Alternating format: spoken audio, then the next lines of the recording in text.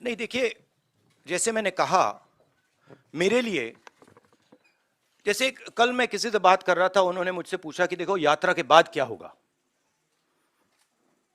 हमें प्लानिंग करनी है कि यात्रा के बाद क्या करेंगे।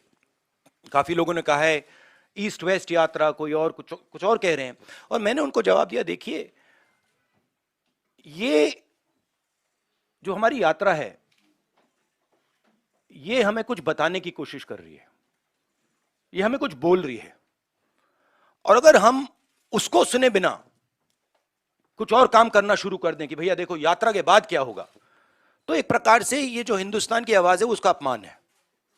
तो मैं वो नहीं करना चाहता हूं। रही बात विपक्ष की, मैं जानता हूं कि विपक्ष के नेता सारे के सारे हमारे साथ खड़े हैं, और वो मतलब वो क्लियरली हमें मालूम है।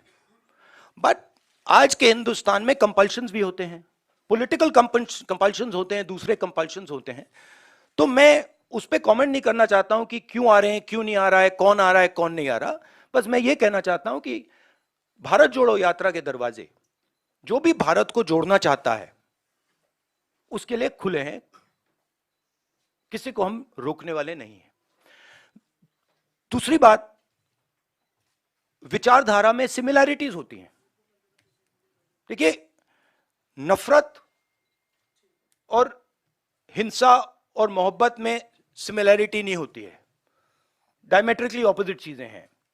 मगर बहुत सारे लोग हैं, और उसमें से अखिलेश जी हैं, मायावती जी हैं, बहुत सारे लोग हैं जो मोहब्बत का हिंदुस्तान चाहते हैं, मैं जानता हूं, नफरत का हिंदुस्तान नहीं चाहते हैं।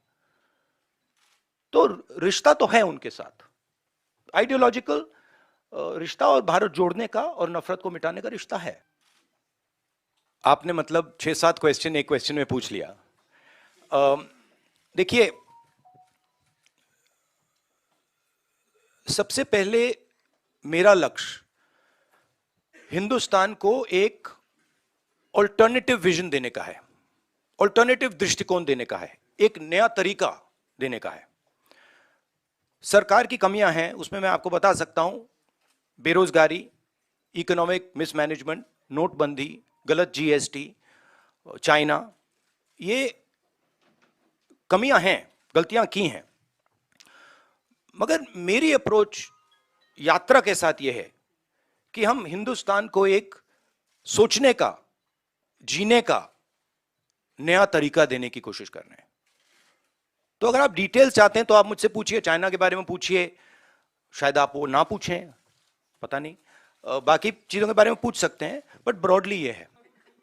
पता नहीं ये मतलब ये कहाँ है, ये मतलब दिल्ली में तो है ना हम, ये कहीं और बैठे हैं?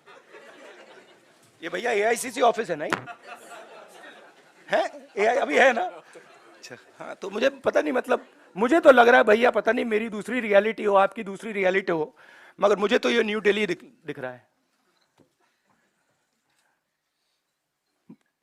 और कुछ एक, हाँ, नहीं, वो तो बहुत कैंपेन चलाते हैं, उनके पास पैसे की कोई कमी नहीं है, कैंपेन ही कैंपेन चलाते रहते हैं। मगर जो मैंने कहा, और बड़ी इंटरेस्टिंग बात है, और मैं इसको 99% बिलीव करता था, 100% बिलीव नहीं करता था, मगर अब मैं 100% बिलीव करता हूं कि सच्चाई को कोई भी कैंपेन, कितना भी पैसा नहीं छिपा सकता, नहीं मिटा सकता। तो ये मेरे लिए बहुत मतलब इंटरेस्टिंग ऑब्जर्वेशन है।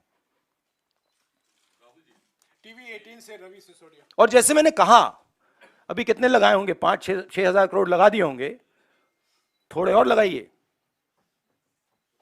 कमी नहीं है पैसे की, डालिए और थोड़ा डालिए, लगाइए, कुछ असर नहीं पड़ता है।